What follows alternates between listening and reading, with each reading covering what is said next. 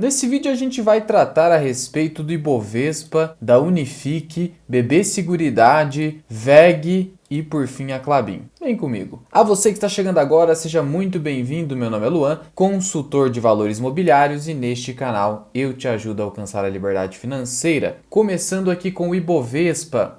Hoje ele começou com uma leve alta, só que agora virou para uma leve queda, 0,68%. Pode até fechar o dia com alta, depois você comenta aqui embaixo. O importante é o seguinte, não há nenhum motivo que faça preço na data de hoje no Ibovespa. O que a gente tem, a única coisa que a gente tem assim é o juro futuro aumentando. A gente vê aqui que o juro futuro subiu. Isso se refletiu na alta dos títulos do Tesouro Direto, prefixado 2032 quase 15, prefixado com juros semestrais 2035 quase 15 também. Isso aqui é basicamente risco fiscal, que continua ainda no radar do mercado financeiro. De todo modo, para você que segue esse canal já há algum tempo, sabe que é necessário ter tanto renda fixa quanto renda variável para você se beneficiar do cenário de juros altos. Pois muito bem, começando aqui com BB Seguridade, subindo um pouquinho na presente data, quase R$ 38,00. Ela soltou um aviso aos acionistas que é uma atualização do seu dividendo. A empresa paga dividendo a cada semestre e aí ela faz o anúncio do dividendo e depois vai atualizando esse dividendo até a data do pagamento de acordo com a variação da taxa Selic. E a taxa Selic nós sabemos que deve chegar a 15% ao ano. É a Selic terminal provável para 2025, ou seja, o máximo que a Selic poderia chegar nesse ano. Pelo menos essa é a opinião hoje dos especialistas. Mas olha só, dividendo por ação seria 2,27 desse anúncio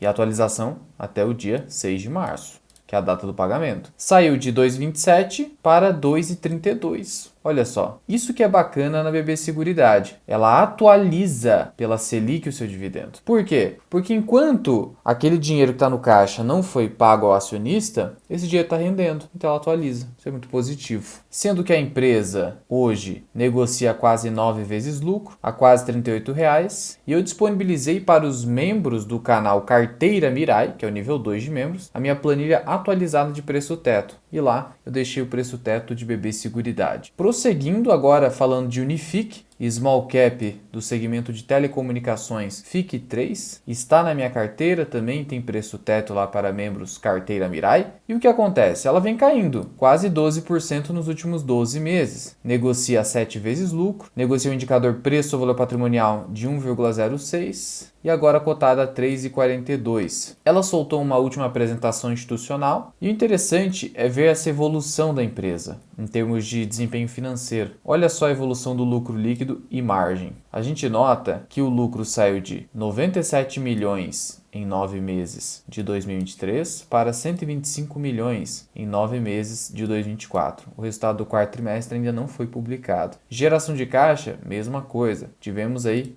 de 322 milhões para 373 milhões. E veja que a cada trimestre tem evolução. Então é uma empresa que vai crescendo como uma escadinha. É isso que a gente busca em empresas, principalmente small caps. E a minha estratégia com o Unifique, por ser uma small cap, é ir alocando dividendos que entram na carteira em virtude de pagamento de outras empresas ali que eu não quero aportar naquele momento. Eu vou comprando o Unifique, abaixando meu preço médio.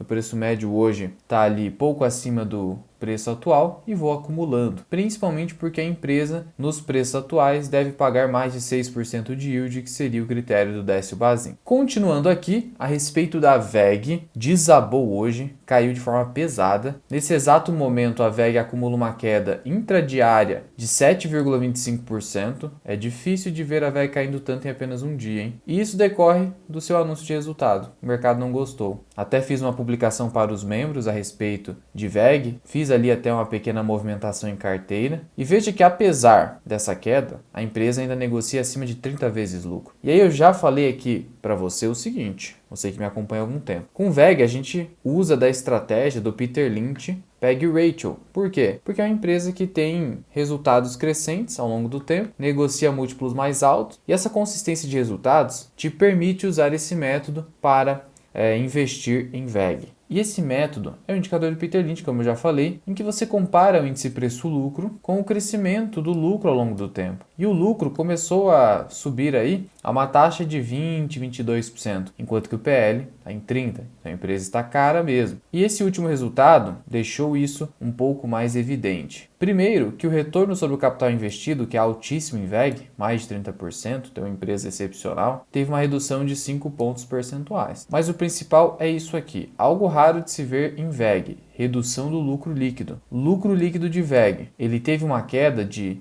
2,9%, quase 3%, sendo que é comum a gente ver o lucro de VEG crescendo 15%, 20%. Isso liga um sinalzinho amarelo em termos de valuation, não que a empresa vai dar ruim, nossa, longe disso, chega a ser piada, mas a empresa está negociando a mais de 30 vezes lucro e agora o lucro começou a cair, ela deveria valer menos. Por isso que a ação desaba. Mas note que o retorno sobre o capital investido ainda está acima de 30%. E no geral, empresas que entregam esse retorno, entregam um retorno de longo prazo de 30% ao ano, o que justificaria um múltiplo tão alto de negociação. Mas ainda assim, 33 vezes, um múltiplo razoável em VEG deveria ser mais próximo de 20 para justificar algum aporte mais relevante. Pelo menos essa é a nossa visão aqui de analista. Por fim, outra ação que está caindo bem hoje é a Klabin. As units estão caindo 2,59, as preferenciais 2,65 e as ordinárias mais ainda, 3,91. Essa queda maior em ordinárias oferece oportunidades de arbitragem. Não que você precise saber disso, mas isso mostra o seguinte: como a ação tem menor liquidez, favorece eventuais compras da ordinária ao invés da preferencial, só para quem tem pouco dinheiro, porque a ordinária tem baixa liquidez mesmo. Aí você vai precisar utilizar da preferencial caso você invista em Klabin. Mas o detalhe é, por que toda essa queda? Também por conta do anúncio de resultado. Parece que o mercado não gostou muito. E outra, que é importante ressaltar aqui, que poucos estão falando, é que tanto Klabin quanto o VEG, ano passado, subiram bem em virtude do dólar ter subido bastante. E aí existe essa euforia do mercado, porque são empresas exportadoras. Então, se você tem empresas exportadoras com um dólar que estava próximo ali dos 6,30, o mercado vai lá e coloca isso no preço. Aí o dólar cai para 5,70, 5,75, ocorre a queda, principalmente pós-publicação de resultados, quando costuma ter bastante volatilidade nessas empresas. E a Klabin negocia a múltiplos altos, índice PL. Mas como a Klabin tem uma dívida mais elevada, você precisa olhar para o indicador EV sobre EBIT, que também está alto aqui. E o último reporte trimestral mostrou o seguinte: que teve aumento no volume de vendas, receita líquida também cresceu, mas nem tanto, geração de caixa cresceu um pouco,